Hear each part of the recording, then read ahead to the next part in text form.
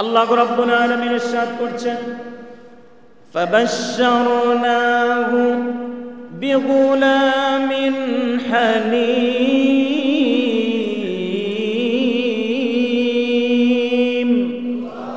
আমি যে সন্তান তোমাকে দান করব, এই সন্তান নামটাও আনকমন হবে, নাম হবে ইসমাঈল। আমি আল্লাহ সেই নাম নির্ধারণ করেছি, এই নাম আগে কোনোদিন কেউ রাখেনি। এক এবং বিগুলামিন হালিম, আমি আল্লাহ পাক তাকে অনেক বেশি জ্ঞানী করে পরে পাঠাবো। সুবহানাল্লাহ, অনেক জ্ঞান থাকবে তার। হালিম, অত্যন্ত সহনশীল হবে, অনেক ধৈর্যশীল হবে। তুমি যেমন ধৈর্যশীল, তোমার সন্তানও হবে ধৈর্যশীল। সুবহানাল্লাহ।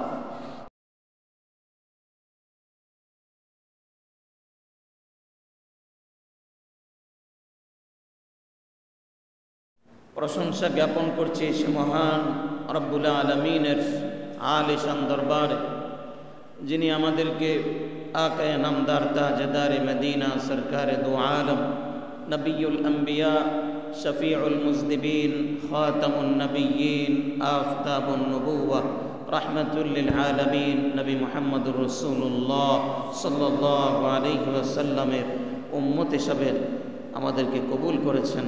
সেজন্য মহান রব্বুল আলামিনের দরবারে শুকরিয়া আদায় করে অন্তরের অন্তঃস্থল থেকে আমরা বলে নিচ্ছি আলহামদুলিল্লাহ। জবান খুলে আরেকবার বলছি আলহামদুলিল্লাহ। সবাই পড়ি রব্বানা লাকাল হামদ হামদান কাসীরান তাইয়িবান মুবারাকান ফি। সবাই মহব্বতের সঙ্গে পড়ছি সুবহানাল্লাহ আলহামদুলিল্লাহ ওয়ালা ইলাহা ইল্লাল্লাহ ওয়াল্লাহু আকবার ওয়াল্লাহু আকবার। ইমানের জোর দিয়ে সবাই বলছি আল্লাহু আকবার। আল্লাহ রাব্বুল আলামিন আমাদের ইমানের জোরকে, ইমানের পাওয়ারকে আরো বাড়িয়ে দেন। সবাই বলি আমিন। সম্মানিত হাজরিন, ওলামায়ে কেরাম, আমার প্রিয় ছাত্র ভাইয়েরা, মুরব্বিয়ানে ইজাম, আল্লাহ রাব্বুল আলামিন আমাদেরকে হায়াত দেওয়ার পরে যতগুলো নিয়ামত দান করেছেন, তার মধ্যে সর্বশ্রেষ্ঠ নিয়ামতের নাম হলো ঈমান। যদি বলেন কি? ঈমান। সবচেয়ে বড় দৌলত একজন মুমিনের জন্য, সবচেয়ে বড় নিয়ামত হলো ঈমান। আল্লাহ রাব্বুল আলামিন সেই ঈমান আমাদেরকে দান করেছেন উইদাউট অ্যাপ্লিকেশন। আমরা প্রায় সবাই জন্মে সূত্রেই মুসলমান হওয়ার পর থেকেই মা বাবাকে আমরা দেখেছি ওনারা নামাজ পড়েন, ওনারা কালেমায় বিশ্বাসী, তাওহীদে বিশ্বাসী, সহজেই আমরা ইসলাম পেয়েছি। এজন্যে অনেক সময় ঈমানের মূল্য, ঈমানের এটার যে মর্যাদা, এটার দাম আমরা অনেক সময় বুঝি না। যারা কষ্ট করে অনেক কষ্টের বিনিময়ে ঈমান পেয়েছে, তারা বুঝে ঈমানের মূল্য কত। আল্লাহ পাক আমাদেরকে ঈমানের দাম বোঝার, ঈমানের মূল্য বোঝার তৌফিক দান করেন। আমরা সবাই বলি আমিন। আল্লাহ রাব্বুল আলামিন আমাদেরকে কোরআনের পাতায় পাতায়, সূরায় সূরায়, পাতায় পাতায়, আয়াতে আয়াতে আল্লাহ রাব্বুল আলামিন আমাদেরকে ঈমান শেখাচ্ছেন এবং আল্লাহ রাব্বুল আলামিন আমাদেরকে ঈমানদার বলে ডাক দিচ্ছেন। ইয়া আইয়ুহাল্লাযীনা আমানু, হে আমার ওই সমস্ত বান্দারা যারা ঈমান এনেছো, ঈমানের মতো দৌলত যারা পেয়েছো, আল্লাহ তাআলা আদর করে, মোহাব্বত করে, ভালোবেসে আমাদেরকে আল্লাহ পাক ঈমানদার বলে ডাক দিচ্ছেন। সুবহানাল্লাহ। তাহলে দেখুন ঈমানদারের দাম কত, যে আল্লাহ পাক ডাক দেওয়ার সময় বারবার বলছেন ইয়া আইয়ুহাল্লাযীনা আমানু, হে ঈমানদারেরা। তো আমরা একটি মুসলিম কান্ট্রিতে জন্মগ্রহণ করার কারণে পারিপার্শ্বিক অবস্থা আমাদের মুয়াফিক হওয়ার কারণে, পজিটিভ হওয়ার কারণে আমাদের কাছে খুব সহজ মনে হয় এই মুহূর্তেও যারা অমুসলিম রাষ্ট্রে অবস্থান করছেন, ওনারা বুঝেন ঈমান নিয়ে বেঁচে থাকা কত কঠিন। আমাদের এক মুসল্লি একদিন আমাকে বললেন ফোন করে যে হুজুর, আমি এখন আমেরিকাতে আছি, কিন্তু আমি এসেছি এখানে একটু জীবনমান উন্নত করার জন্যে, একটু ভালো থাকার জন্যে, কিন্তু এখানে আসার পরে আমার মনে হচ্ছে ঈমান নিয়ে এখন বেঁচে থাকাটাই কঠিন হয়ে যাচ্ছে। কারণ ঈমানের কোনো পরিবেশ নেই, শুধু গুনাহের পরিবেশ, গুনাহের ব্যবস্থা। বেশি না, আপনি জাপান যান, ওখানে এমন এলাকা আছে আপনাকে শুধু 5 ওয়াক্ত নামাজ পড়তে হলে, মসজিদ পেতে হলে আপনাকে 200 কিলোমিটার সফর করতে হবে। 200 কিলোমিটার পরে গিয়ে একটি মসজিদ আপনি পাবেন।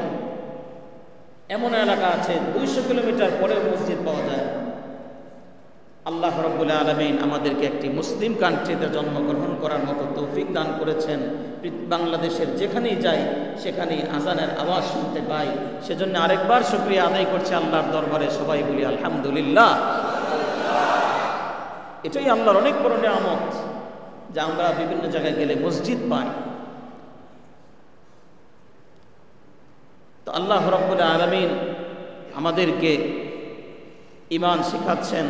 আল্লাহ রাব্বুল আলামিন আমাদেরকে যে ঈমান দিয়েছেন, ঈমানওয়ালাদের হালত কেমন ছিল, ওনারা ঈমানের কি পরীক্ষা দিয়েছেন, এর বিভিন্ন উদাহরণ উল্লেখ করেছেন। তার মধ্যে গত সপ্তাহে আমরা আলোচনা করেছি হযরত ইব্রাহিম আলাইহিস সালাতু ওয়াস সালাম, যিনি জীবনে বহুবার ঈমানের পরীক্ষা দিয়েছেন। মুফাসসিরিনে কেরাম লিখেছেন যে প্রায় 10টির উপরে বড় বড় ঈমানি পরীক্ষা আল্লাহ পাক ইব্রাহিম আলাইহিস সালাম থেকে নিয়েছেন। সবগুলো ঈমানি পরীক্ষায় ইব্রাহিম আলাইহিস সালাম পরিপূর্ণভাবে উত্তীর্ণ হয়েছেন। সুবহানাল্লাহ। নমরুদের আগুনে নিক্ষেপ করার পরেও ইব্রাহিম আলাইহিস সালাতু ওয়াস সালাম ওনার ঈমান থেকে চুল পরিমাণ নড়েন নাই। সুবহানাল্লাহ। ঘর থেকে বের করে দেওয়া হয়েছে, ওনার বংশের লোকেরা পর্যন্ত, বংশের কোনো ঘর বাড়িতেও পর্যন্ত ওনাকে জায়গা দেয়নি। ইব্রাহিম আলাইহিস সালাম বলেছেন, আমি যে আল্লাহর জন্য ঘর থেকে বের হয়ে গেলাম, পকেটে টাকা নেই, খাবার নেই, কিছু নেই, যে আল্লাহর জন্য বের হয়ে গেলাম, সেই আল্লাহ রাব্বুল আলামিন আমাকে মৃত্যু পর্যন্ত লালন পালন করবেন, এই বিশ্বাস নিয়েই আমি ঘর থেকে বের হয়ে গেলাম। সুবহানাল্লাহ। ইব্রাহিম আলাইহিস সালাম নমরুদের আগুনে পড়ার পরে ওনার ঈমান কি কমলো না বাড়লো? আল্লাহু আকবার। ঈমান আগের চেয়ে অনেক বেড়ে গেছে, ঈমানের পাওয়ার অনেক বেড়ে গেল। কারণ লক্ষ লক্ষ মানুষের সামনে একজন ঈমানদার শুধু তাওহীদের আযান দিচ্ছে, একজন শুধু বলছে আল্লাহু আকবার। চিৎকার করে সবাই বলি আল্লাহু আকবার। হাজার হাজার কাফেরের সামনে বুক চিতিয়ে একজন তাকবীর বলা এটা সোজা কথা নয়। ইব্রাহিম আলাইহিস সালাম এরকম ঈমানের এই হালতে পৌঁছার পরেও আল্লাহ রাব্বুল আলামিনের কাছে একদিন বললেন, রব্বুল আলামিন, আমি আপনার কাছ থেকে আরেকটু ঈমান শিখতে চাই। সুবহানাল্লাহ। আল্লাহ রাব্বুল আলামিন সেই ঘটনা সূরা বাকারার 260 নম্বর আয়াতে উল্লেখ করে দিয়েছেন। 3 নম্বর পারার 3 নম্বর পৃষ্ঠায় আল্লাহ রাব্বুল আলামিন বলছেন সেই ঘটনা, وَإِذْ قَالَ إِبْرَاهِيمُ رَبِّ أَرِنِي كَيْفَ تُحْيِي الْمَوْتَى قَالَ أَوَلَمْ تُؤْمِنْ قَالَ بَلَى وَلَكِنْ لِيَطْمَئِنَّ قَلْبِي। সুবহানাল্লাহ। আল্লাহ পাক বলছেন, আমার বন্ধু, আমার খলিল ইব্রাহিম আমার কাছে দোয়া করলো আর ডেকে বলল, রব্বি আরিনি কাইফা তুহিল মাউতা। আয় আল্লাহ তাআলা, আমি জানি হায়াতের মালিক আপনি, একমাত্র হায়াত দেওয়ার মালিক আপনি, মৃত্যু দেওয়ার মালিক আপনি, কিন্তু আপনি কিভাবে একটা মৃতকে জীবিত করতে পারেন? যেই মানুষগুলো কবর দেওয়া হয়ে গেল সেই মানুষগুলোকে আবার কিভাবে কিয়ামতের দিন আলাদা আলাদা করে আপনি জীবিত করে উঠাবেন। প্রত্যেকের চেহারা ঠিক আগের মতো করে, সবাই মাটির সাথে মিশে যাওয়ার পর কিভাবে উঠবে সেই জিনিসটা আমি একটু দেখতে চাই। এটা দেখার পরে আমার ঈমান আগের চেয়ে আমি আরো বাড়াতে চাই। আল্লাহ রাব্বুল আলামিন বললেন, আওয়ালাম তুমিন, তোমার কি বিশ্বাস হয় না? আমি আল্লাহ রাব্বুল আলামিন সবাইকে মৃত্যুর পরে কিয়ামতের মাঠে আবার জীবিত করব, তোমার কি বিশ্বাস হয় না? ইব্রাহিম আলাইহিস সালাম বললেন, বালা, অবশ্যই অবশ্যই বিশ্বাস হয়।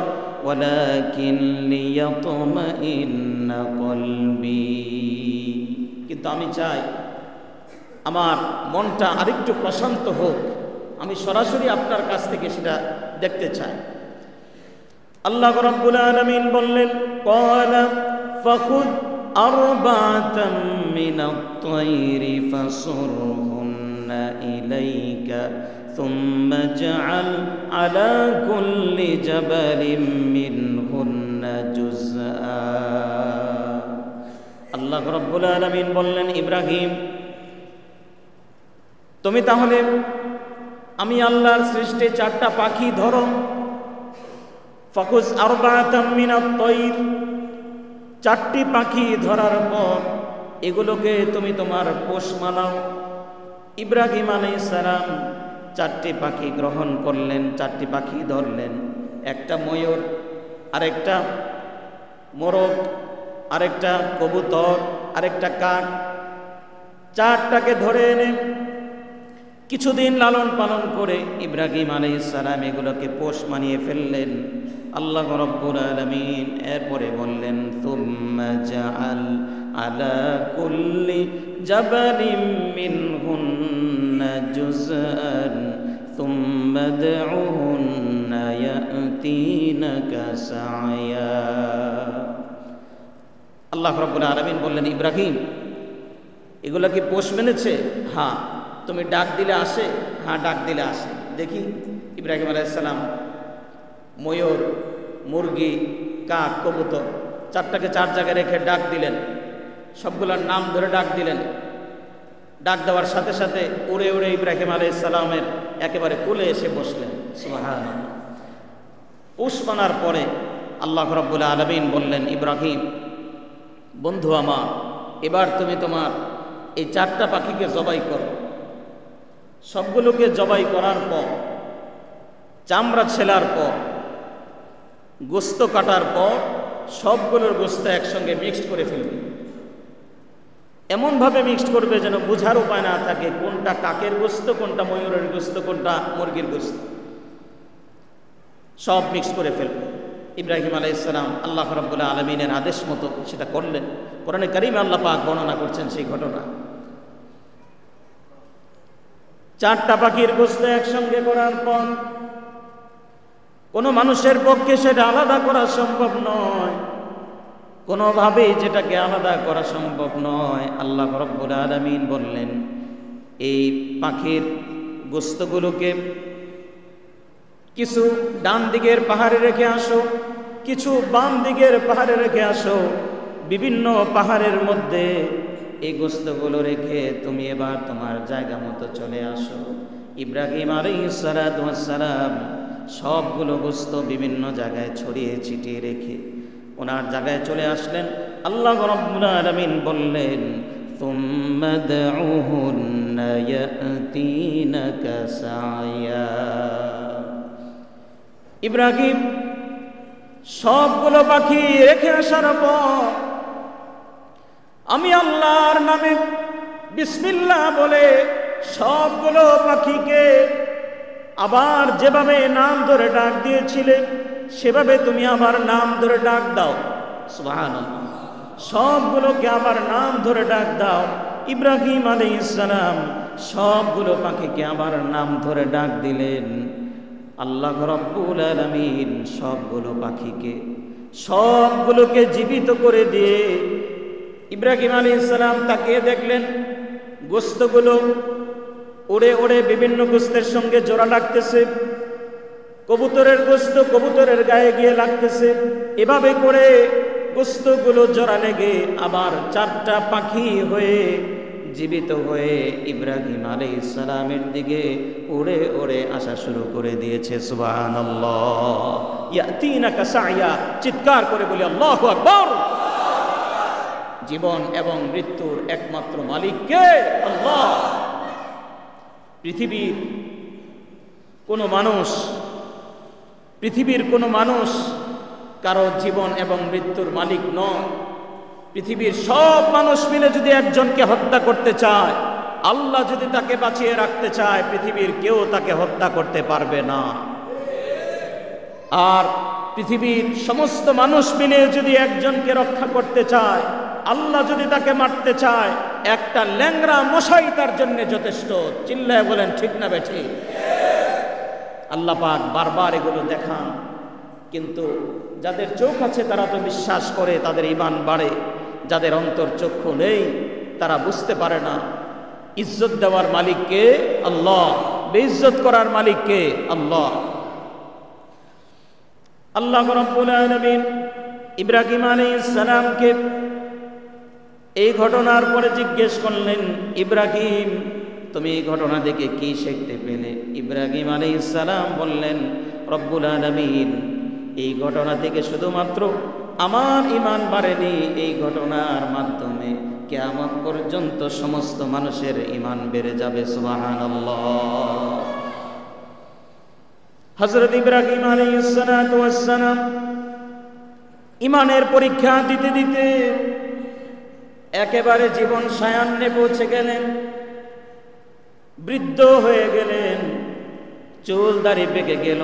ইব্রাহিম আলাইহিস সালাতু ওয়াস সালামকে আল্লাহ রাব্বুল আলামিন বিবাহের পরে আরেকটি পরীক্ষায় ফেলে দিলেন। বয়স হয়ে গেছে, বৃদ্ধ হয়ে গেছে, একজন সন্তানও ওনার হয় নাই। 80 বছর বয়স হয়ে গেছে, এখনো পর্যন্ত একটি সন্তান হয়নি।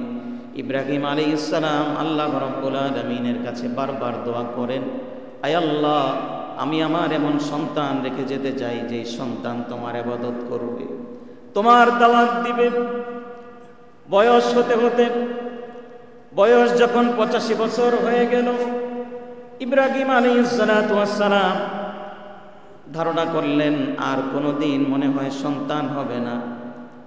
ওনার প্রথম স্ত্রী হযরতে সারা, ওনার ঘরেও সন্তান নেই। ওনার দ্বিতীয় স্ত্রী হযরতে হাজেরা সন্তানের আশায় যাকে বিবাহ করেছিলেন, ওনার ঘরেও সন্তান হচ্ছে না।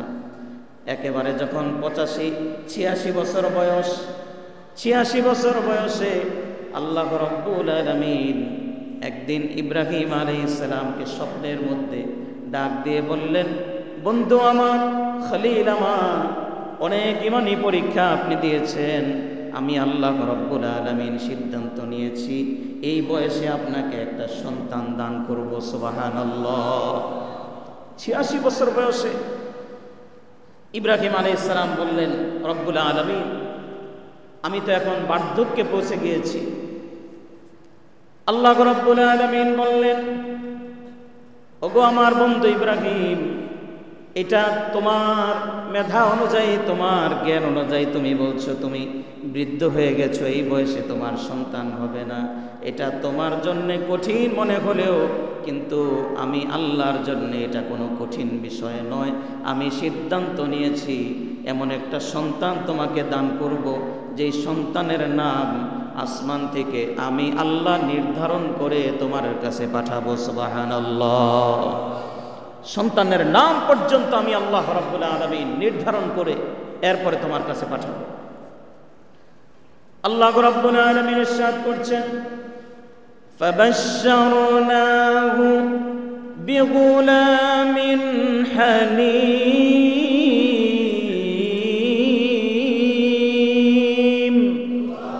আমি যে সন্তান তোমাকে দান করব, এই সন্তান নামটাও আনকমন হবে, নাম হবে ইসমাঈল। আমি আল্লাহ সেই নাম নির্ধারণ করেছি, এই নাম আগে কোনোদিন কেউ রাখেনি। এক এবং বিগুলামিন হালিম, আমি আল্লাহ পাক তাকে অনেক বেশি জ্ঞানী করে পরে পাঠাবো। সুবহানাল্লাহ। অনেক জ্ঞান থাকবে তার। হালিম, অত্যন্ত সহনশীল হবে, অনেক ধৈর্যশীল হবে, তুমি যেমন ধৈর্যশীল তোমার সন্তানও হবে ধৈর্যশীল। সুবহানাল্লাহ। ইব্রাহিম আলাইহিস সালাতু ওয়াস সালাম সুসংবাদ পাওয়ার পর মা হাজেরাকে ডেকে বললেন, প্রিয়তমা, আল্লাহ রাব্বুল আলামিন স্বপ্নের মাধ্যমে আমাকে জানিয়ে দিয়েছেন আমাকে সন্তান দান করবেন। আমার বিশ্বাস আমাকে আল্লাহ পাক স্বপ্নের মধ্যে যা দেখিয়েছেন এই পর্যন্ত এগুলো শুধু স্বপ্ন নয়, এগুলো হলো ওহীর অংশ। আল্লাহ পাক আমাকে ওহীর মাধ্যমে জানিয়ে দিয়েছেন, সুতরাং আমি নিশ্চিত আমার সন্তান হবে। আম্মা জান হাজেরাও অবাক হয়ে গেলেন, এই বয়সে সন্তান হবে। ঠিকই আল্লাহ রাব্বুল আলামিন এই 86 বছর বয়সে ইব্রাহিম আলাইহিস সালামকে একজন সন্তান দান করলেন। সুবহানাল্লাহ। নাম রাখা হলো ইসমাঈল। ইব্রাহিম আলাইহিস সালাম তখন হিজরত করে ইরাক থেকে চলে এসেছেন ফিলিস্তিনে উনি বসবাস করছেন। মোটামুটি ইসমাঈল আলাইহিস সালামের বয়স তখন 2 বছরের কাছাকাছি, দুধ ছাড়ার সময় হয়েছে। আল্লাহ রাব্বুল আলামিন 88 বছর বয়সে ইব্রাহিম আলাইহিস সালামকে বলছেন, ইব্রাহিম, তুমি তোমার সন্তান এবং তোমার প্রিয়তমা স্ত্রী হাজেরাকে সফর করে ফিলিস্তিন থেকে মক্কা শরীফে নিয়ে যাও, সেখানে তোমার স্ত্রী এবং সন্তানকে সেই জায়গায় রেখে তুমি চলে আসবে, তুমি সেখানে রেখে চলে আসবে। ইব্রাহিম আলাইহিস সালাতু ওয়াস সালাম এই আদেশ পাওয়ার পর তিনি আশ্চর্য হয়ে গেলেন যে এত কঠিন একটি আদেশ। ইব্রাহিম আলাইহিস সালাম তিনি যেহেতু খলিলুল্লাহ, আল্লাহর প্রিয় বন্ধু, জীবনে কোনোদিন আল্লাহর কোনো আদেশের ব্যাপারে কোনো কেন শব্দ উল্লেখ করেন নাই। বলার সঙ্গে সঙ্গে পরদিন সকালবেলা ইব্রাহিম আলাইহিস সালাম ওনার স্ত্রী হাজেরাকে বললেন, ওটের উপরে ওঠো, ইসমাইলকে নিয়ে ওঠো, আমরা আজকে মক্কা শরীফের দিকে সফর করব। মক্কা কোথায়? ইব্রাহিম আলাইহিস সালাম বললেন, মক্কা বহুদূর, অনেক দূরের পথ, তবে আমাদেরকে সেখানে যেতে হবে। সামান্য কিছু খাবার নিয়ে আম্মাজান হাজেরা উঠে উঠলেন। মনে করেছিলেন হয়তো কোথাও তিনি সফরে যাচ্ছেন, আবার ফিরে আসবেন। স্ত্রী এবং সন্তানকে নিয়ে যখন রওনা হলেন, তাফসিরে কুরতুবিতে এসেছে, তাফসিরে তবারিতে এসেছে, আল্লাহ রাব্বুল আলামিন প্রায় 1 মাসের দূরত্বকে ইব্রাহিম আলাইহিস সালামের জন্য এতটা কমিয়ে দিলেন। সকালবেলা রওনা হয়েছেন, বিকাল হওয়ার আগেই ইব্রাহিম আলাইহিস সালাম 1 মাসের দূরত্ব ক্রস করে তিনি মক্কা শরীফ পৌঁছে গিয়েছেন। সুবহানাল্লাহ। ইব্রাহিম আলাইহিস সালাতু ওয়াস সালাম মক্কায় পৌঁছে দেখেন একটা ঘর বাড়ি নেই, একটা গাছপালা নেই, একটা মানুষজন নেই, একটা পাখিও পর্যন্ত দেখা যায় না, 1 ফোঁটা পানির ব্যবস্থা নেই। ইব্রাহিম আলাইহিস সালাতু ওয়াস সালাম আসমানের দিকে তাকিয়ে আল্লাহর আদেশের কথা স্মরণ করে স্ত্রী এবং সন্তানকে ওট থেকে নামালেন। ওট থেকে নামানোর পরে নিজেও নামলেন। নামার পর ইসমাইলকে বুকের সঙ্গে কিছুক্ষণ জড়িয়ে ধরে বিদায়ের জন্যে 88 বছরের একজন বৃদ্ধ, শেষ বয়সের সন্তান, জনমানবহীন এলাকায় রেখে যাওয়ার জন্যে শেষবারের জন্যে কপালের মধ্যে চুমু খেলেন। তাফসীরের কিতাবে এসেছে ইসমাইল আলাইহিস সালাতু ওয়াস সালাম এত সুন্দর চাঁদের মতো চেহারা ছিল, এত সুন্দর চেহারা ছিল যে কোনো মানুষ দেখার সঙ্গে সঙ্গে আদর না করে এখান থেকে যেতে পারতেন না। কেননা ইসমাইল আলাইহিস সালামের রক্তেই শেষ নবী রাহমাতুল লিল আলামিনকে আল্লাহ রাব্বুল আলামিন এই পৃথিবীতে প্রেরণ করবেন। সুবহানাল্লাহ। হযরত ইসমাইলকে আদর করে স্ত্রী হাজেরার কোলে দিয়ে কিছুই না বলে শুধুমাত্র আসমানের দিকে তাকিয়ে ইব্রাহিম আলাইহিস সালাম আল্লাহর উপর ভরসা করে আল্লাহর হুকুম পালন করার জন্যে উটের উপরে উঠে পড়লেন। হাজেরা উঠে দাঁড়ালেন উঠে ওঠার জন্যে। ইব্রাহিম আলাইহিস সালাম ওঠ হাঁকানো শুরু করলেন। ওর চলা শুরু করলো। হাজেরা পিছন থেকে সন্তানটাকে বুকের সঙ্গে জড়িয়ে ডাক দিয়ে বলছে, ইয়া ইব্রাহিম আইনা তাযহাব। তাফসিরে ইবনে কাসিরে এসেছে, হযরত হাজরা আলাইহিস সালাম পিছন থেকে ডাক দিয়ে বলছেন, ইয়া ইব্রাহিম ইলা আইনা তাযহাব। স্বামী আমার, ওগো ইব্রাহিম খলিলুল্লাহ, আপনি কোথায় যান?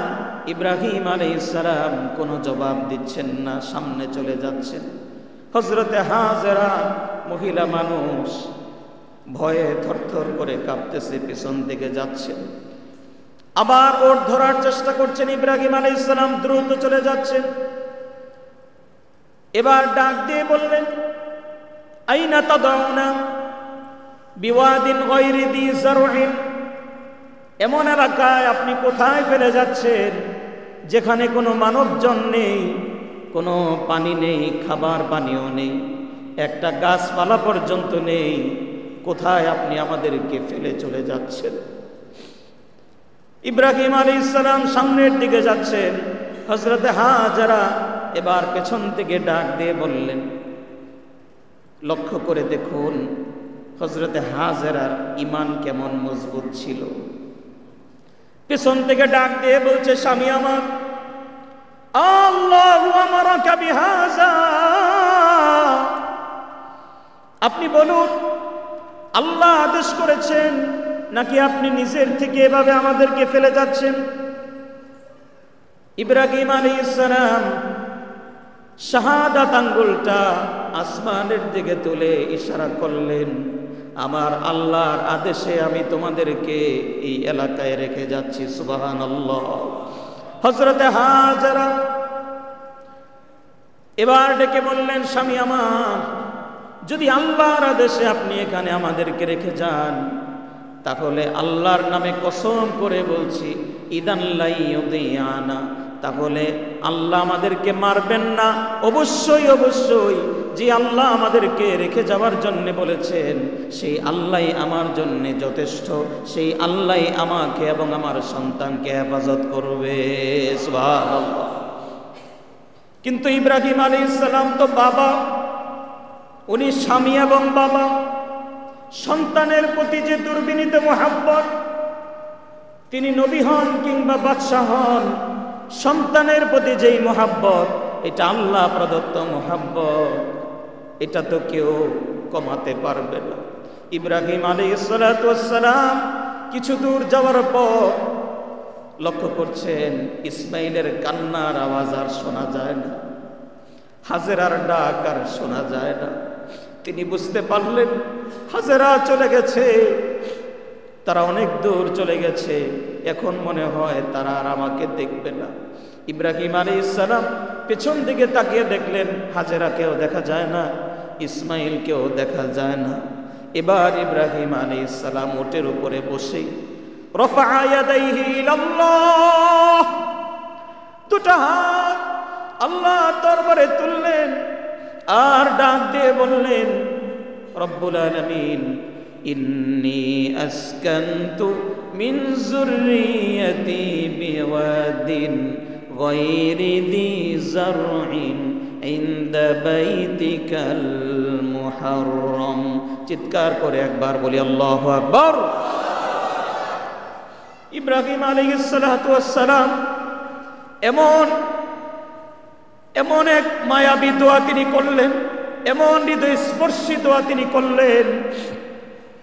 ইব্রাহিম আলাইহিস সালামের দোয়া আল্লাহর কাছে এত পছন্দ হলো, আল্লাহ রাব্বুল আলামিন ইব্রাহিম আলাইহিস সালামের পুরা দোয়াটাকে কোরআনের আয়াত বানিয়ে দিয়ে কিয়ামত পর্যন্ত কোরআনের আয়াত বানিয়ে দিয়েছেন। সুবহানাল্লাহ। 37 নম্বর আয়াত থেকে শুরু করে 40 নম্বর আয়াত পর্যন্ত লম্বা কয়েকটি আয়াতের মধ্যে ইব্রাহিম আলাইহিস সালামের দোয়াগুলো আল্লাহ রাব্বুল আলামিন উল্লেখ করলেন। ইব্রাহিম আলাইহিস সালাম দোয়া করলেন, আসকান্তু মিন যুররিয়্যাতি বিওয়াদ গায়রি যী যারইন ইনদা বাইতিকাল মুহাররম। আয় আল্লাহ, আমার সন্তান স্ত্রী তাদেরকে আমি এমন এক জনমানবহীন এলাকায় রেখে গেলাম যেখানে তুমি ছাড়া রক্ষা করার আর কেউ নেই। আল্লাহ রাব্বুল আলামিন বললেন, ইব্রাহিম তুমি টেনশন করো না, তুমি চিন্তা করো না, আমি আল্লাহ রাব্বুল আলামিন এই জায়গায় যেখানে তুমি তোমার স্ত্রী সন্তানকে রেখে গেলে, এই জায়গার মধ্যে পৃথিবীর সর্বশ্রেষ্ঠ ঘর বাইতুল্লাহ তোমার হাতে আমি নির্মাণ করব। সুবহানাল্লাহ। ইব্রাহিম আলাইহিস সালাম তিনটি বিশেষ দোয়া করলেন। এক নাম্বার দোয়া হলো রব্বানা রব্বানা লিয়ুকিমুস সালাহ, আয় আল্লাহ আমি যে আমার স্ত্রী সন্তান এখানে রেখে গেলাম, আমার সন্তানের বংশে তুমি এমন এমন বংশের লোক তুমি দান করো যারা এই পৃথিবীতে নামাজ কায়েম করবে, যারা নামাজ আদায় করবে। আল্লাহ রাব্বুল আলামিন ইব্রাহিম আলাইহিস সালামের দোয়া ওঠে থাকা অবস্থায় কবুল করে নিয়েছেন। সুবহানাল্লাহ।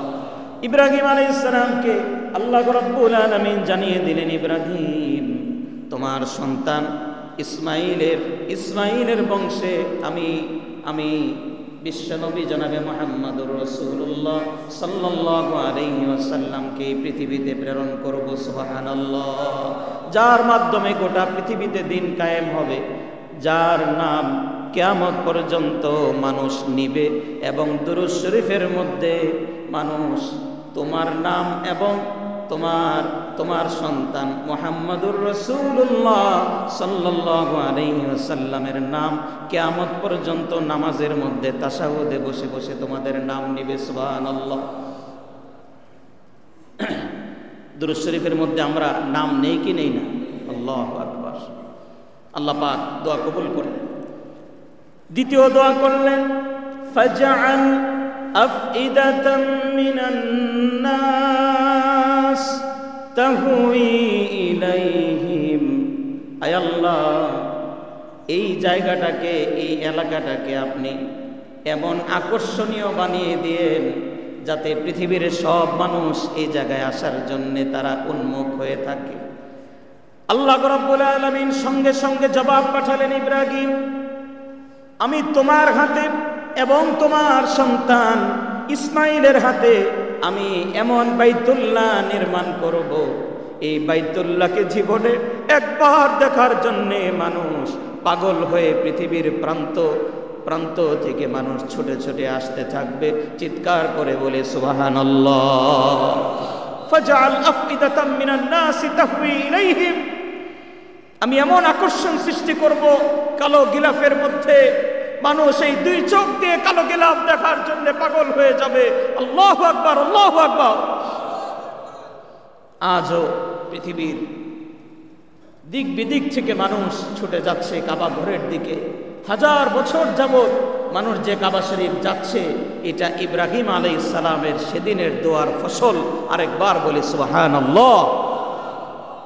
সেই কাবায় যাওয়ার ইচ্ছা আমাদের সবার আছে তো ইনশাআল্লাহ? আল্লাহ তুমি আমাদেরকে কবুল করো, সবাই বলে আমিন। আল্লাহ রাব্বুল আলামিন এও জানিয়ে দিলেন, তাহুন্নু ইলাইহিম কুলুবুহুম, তাদের অন্তর শুধু কাবা শরীফের দিকে ধাবিত হবে এমন নয়, এই কাবায় এসে মানুষ যত দোয়া করবে আমি আল্লাহ তার সব দোয়াগুলোকে কবুল করে নিব। সুবহানাল্লাহ। ইব্রাহিম আলাইহিস সালাম 3 নম্বর দোয়া করলেন, ওয়ারযুকহুম মিনাস সামারাত লাআল্লাহুম ইয়াশকুরুন, আয় আল্লাহ আপনি তাদের এমন রিজিক দান করবেন যাতে করে তারা শুকরিয়া আদায় করে। আল্লাহ রাব্বুল আলামিন দোয়া কবুল করলেন। আজ পর্যন্ত মক্কা শরীফে, কাবা শরীফের আশপাশে এই হারাম এলাকায় এত পরিমাণ খাবারের বরকত আল্লাহ পাক দিয়েছেন, গোটা পৃথিবীতে দুর্ভিক্ষ হলেও মক্কা শরীফে কখনো দুর্ভিক্ষ হয় না। সুবহানাল্লাহ।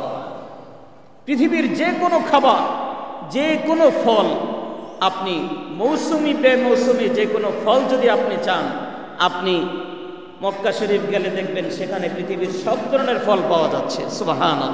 ইব্রাহিম আলাইহিস সালামের দোয়ার বরকতে মক্কার চারপাশ, এখানে বৃষ্টি কম হয়, এখানে ফসল হয় না। ইব্রাহিম আলাইহিস সালামের দোয়া তো আল্লাহ কবুল করেছেন, এখন এখানে ফসল পচবে কিভাবে, ফল পচবে কিভাবে? আল্লাহ রাব্বুল আলামিন ইব্রাহিম আলাইহিস সালামের দোয়া কবুল করে জিবরাইল আলাইহিস সালামকে ডাকলেন। জিবরাইল আলাইহিস সালামকে ডেকে বললেন, জিবরাইল, ফিলিস্তিনের একটি এলাকা আছে, ওই এলাকায় সবচেয়ে বেশি ফসল হয়, ফল ফলাদি বেশি হয়, অত্যন্ত উর্বর জমি। এই এলাকা পুরাটা ফিলিস্তিন থেকে উঠিয়ে মক্কার পাশে নিয়ে সেখানে রেখে দাও। সুবহানাল্লাহ, আসতে হয়ে গেল। জিবরাইল আলাইহিস সালাম ফিলিস্তিন গেলেন। ওনার কাছে তো গোটা পৃথিবীটা একটা ছোট্ট প্লেটের মতো, ওনার কাছে এটা কোনো ব্যাপারই না। ফিলিস্তিনের বিরাট বড় একটি অঞ্চল, যেখানে সবচেয়ে বেশি ফসল হয়, ওই জমিনটা তিনি ছোট্ট করে হালকা করে ওনার ডানা দিয়ে আঘাত করে একেবারে জমিনের নিচ থেকে যতটুকু রস নিচে পাওয়া যায় সবটুকু তুলে এনে জিবরাইল আলাইহিস সালাম মক্কা শরীফ চলে এসেছেন, সুবহানাল্লাহ। মক্কা শরীফ আসার পর আল্লাহ রাব্বুল আলামিন বললেন, জিবরাইল, তুমি এই এলাকাটাকে নিয়ে কাবা শরীফ তুমি তওয়াফ শুরু করো, সুবহানাল্লাহ। কাবা শরীফ তো তখন মাটির নিচে, যেহেতু নূহ আলাইহিস সালামের প্লাবন হয়েছে। জিবরাইল আলাইহিস সালাম তো চিনেন কোন জায়গাটা। হযরত জিবরাইল আলাইহিস সালাম পুরা এলাকাটা নিয়ে তিনি 7টা চক্কর দিলেন, তোয়াফ করলেন। তোয়াফ করার পর আল্লাহ রাব্বুল আলামিন বলে দিলেন, মক্কা থেকে 80 কিলোমিটার দূর একটা এলাকায়, সেখানে একেবারে খালি পড়ে আছে, ওই জায়গায় নিয়ে এলাকাটা নিয়ে বসিয়ে দাও। আর ওই এলাকার নাম আমি আল্লাহ নিজে তায়েফ রেখে দিলাম, সুবহানাল্লাহ। যেই তায়েফের মধ্যে আল্লাহর হাবিব দিন আমাদের কাছে পৌঁছানোর জন্য রক্ত ঝরিয়েছেন। আপনি আশ্চর্য হয়ে যাবেন এখনো যদি তায়েফ যান। যেই আঙ্গুর বাগানে আমার নবী, প্যার নবী জনাবে মুহাম্মদুর রাসূলুল্লাহ সাল্লাল্লাহু আলাইহি ওয়াসাল্লাম রক্তাক্ত হয়ে যে আঙ্গুর বাগানের ভেতরে প্রবেশ করেছিলেন, সেই আঙ্গুর বাগানটা আজও ইতিহাসের সাক্ষী হয়ে দাঁড়িয়ে আছে। এখনো ঢুকলে মনে হয় নবীজির রক্তের ঘ্রাণ পাওয়া যায়। সেই বাগান আজও ইতিহাসের সাক্ষী হয়ে দাঁড়িয়ে আছে। গোটা তায়েফের মধ্যে এত পরিমাণ ফল ফলাদি হয়, এত পরিমাণ ফসল হয়, এত পরিমাণ ফল ফলাদি আল্লাহ পাক দান করেন। শুধুমাত্র মক্কাবাসী নয়, গোটা সৌদি আরবের মানুষ সবাই তায়েফের ফল ফলাদি ফসল খাওয়ার পরেও একদিনের জন্যেও খাবারের কোনো অভাব হয় না, সুবহানাল্লাহ। এই দোয়া যিনি কবুল করেছেন, চিৎকার করে বলুন, তিনি কে? আল্লাহ। ইব্রাহিম আলাইহিস সালাতু ওয়াস সালাম রওনা হয়ে চলে আসলেন। আল্লাহ রাব্বুল আলামিন সেখানে আম্মা জান হাজেরা এবং ইসমাইলকে সেখানে রেখে দিলেন। এরপরে কি ঘটনা ঘটল আমরা ইনশাআল্লাহ পরবর্তীতে জানব। তবে আমাদের এখান থেকে যেটা শিক্ষণীয়, যে অবস্থায় থাকি না কেন সব সময় একমাত্র ভরসা রাখতে হবে কার উপরে? জবান খুলে জোরে সরে বলতে হবে কার? সেদিন দেখলাম এক সাইনবোর্ডের মধ্যে অ্যাডভার্টাইজ লাগিয়ে রেখেছে, ভরসা রাখুন রবিতে, ভরসা রাখুন রবিতে। নাউজুবিল্লাহ বলবেন না? ভরসা রাখতে হবে কার উপরে? আল্লাহর উপরে। রবি সিমওয়ালারা কি আগুনে পুড়ে না? যখন আগুন লাগে, অ্যাক্সিডেন্ট হয়, তখন কি ফেরেশতারা দেখে নাকি রবি সিম আছে কি নাই? আল্লাহু আকবার। ভরসা রাখতে হবে। মুসলমান মৃত্যুর আগ পর্যন্ত ভরসা রাখবে, তাওয়াক্কুল করবে একমাত্র শুধুমাত্র কেবলমাত্র আল্লাহর উপরে। চিৎকার করে বলি আল্লাহু আকবার। এই ঈমান রাখতে হবে এবং আমাদের মা বোনদেরকে ঈমান শেখাতে হবে। আজকাল আমরা মোটামুটি বয়ান শোনার কারণে মাহফিলের বয়ান শোনার কারণে, জুমায় আসার কারণে, মসজিদে আসার কারণে মোটামুটি আমাদের ইমান কিছুটা জাগরুক হলেও মা বোনেরা বিভিন্ন বাসায় বাসায় সিরিয়াল চলার কারণে, বিভিন্ন টিভি চালু হওয়ার কারণে মা বোনদের ইমানের অবস্থা আরও খারাপ হয়ে যাচ্ছে। ঠিক না বেঠিক? আর ইহুদি খ্রিস্টানরা জানে মা হলো আসল, মা হলো আসল। মা যদি নষ্ট করে দেওয়া যায় সন্তান এমনিই নষ্ট হয়ে যাবে। ঠিক না বেঠিক? এজন্যে ষড়যন্ত্র চলছে মা বোনদেরকে ধ্বংস করে দেওয়ার জন্যে। আমরা আজকের বয়ান মায়েদেরকে শোনাবো। হযরতে হাজেরা একটা মানুষ নেই, একটা পানিও নেই, কিচ্ছু নেই, শুধুমাত্র আল্লাহর উপর ভরসা করে দাঁড়িয়েছিলেন। আল্লাহ রাব্বুল আলামিন ওনার দোয়া কোরআনে কারিমে উল্লেখ করে দিয়েছেন। সুবহানাল্লাহ। আমরা আগামী সপ্তাহে হাজেরা আলাইহিস সালামকে কেন্দ্র করে, ইসমাঈল আলাইহিস সালামকে কেন্দ্র করে সেখানে কি হলো, হজের বিধান সেখানে কিভাবে কায়েম হলো এবং হাজিদের কি ফজিলত, এই সম্পর্কে আমরা জানব ইনশাআল্লাহ। আল্লাহ যদি হায়াত দান করেন, আমরা সবাই বলি ইনশাআল্লাহ। আগামী জুমায় হয়তো জিলহজের 1 বা 2 তারিখ হবে। তো জিলহজের প্রথম দশকের দাম অনেক, প্রথম 10 দিনের দাম অনেক আল্লাহর কাছে। তো জিলহজের প্রথম দশকের কি কি আমল, কি কি করণীয়, ইনশাআল্লাহ আগামী জুমায় এই প্রসঙ্গেও আলোচনা হবে, যেহেতু হজের আলোচনা হবে। তবে একটি আমলের কথা এখনই বলে দিচ্ছি, যে চাঁদ ওঠার পরে আমরা যারা কুরবানি করার নিয়ত করেছি, আমরা চাঁদ ওঠার পরে আর চুল নখ কাটব না, একেবারে কুরবানি করার আগ পর্যন্ত বলি ইনশাআল্লাহ। কেন? কারণ এই সময়গুলোতে হাজী সাহেবরা এহরাম করে থাকেন, হাজী সাহেবরা চুল নখ কাটেন না। মুহাদ্দিসিনে কেরাম বলেন হাজীদের সঙ্গে একটা সাদৃশ্য অবলম্বন করার কারণে হতে পারে আল্লাহ তাআলা হাজীদেরকে যেমন মাফ করে দিবেন, তোমাদেরকেও মাফ করে দিবেন। সুবহানাল্লাহ। আমরা এই আমলটা করার চেষ্টা করব, বলি ইনশাআল্লাহ। আল্লাহ রাব্বুল আলামিন কবুল করেন, আমিন। ওয়া আখির দাওয়ানা আনিল হামদুলিল্লাহি রাব্বিল আলামিন। আসসালামু আলাইকুম ওয়া রাহমাতুল্লাহ।